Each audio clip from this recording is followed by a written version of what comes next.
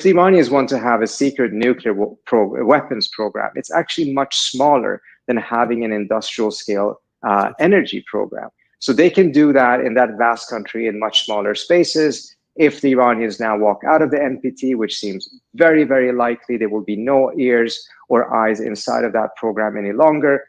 I don't think the Russians and the Chinese will have the same negative reaction to an Iranian exit from the NPT compared to what they would have done had this happened just after the exit of the JCPOA from Trump, etc. So I think we're in a very different, uncharted territory right now. And I think a lot of other countries are looking at this and saying, you know what?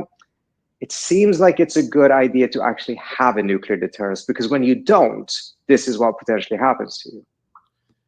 My image is frozen because I'm in a hotel room, but I hope you can still hear me. I can hear you. I'm back. I'm glad we're talking tonight because you know your stuff, and you mentioned Osirak in 1981, and people don't realize that when you bomb someone in this way, they're more likely to get nukes, not less. And Saddam Hussein did accelerate the nuclear program covertly after 1981, and Osirak, and Israel saw that as a victory then. And had he invaded Kuwait 6 months later, he probably would have had nuclear weapons by that point. Yes, because I think the consensus is that was a failed strike. But also, as you say, other countries, if I'm Turkey, if I'm Erdogan, I'm thinking I need a nuclear weapons program. If I'm Saudi Arabia, I'm MBS. I'm thinking I don't trust the Israelis or the Americans. This is only going to increase the proliferation of nuclear weapons in the region. Absolutely.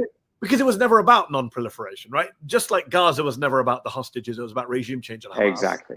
Iran is not about nuclear weapons, because this is not the way you stop Iran from getting nuclear weapons. They were going to be at the table in Moscow. The Israelis preferred a nuclear Iran that was isolated, contained, impoverished through sanctions, essentially cornered, and with very, very bad relations with the West, than a non-nuclear Iran that was opened, that had better relations with the West, no sanctions, its economy could grow, because at the end of the day, this is about what type of a geopolitical challenge Iran poses.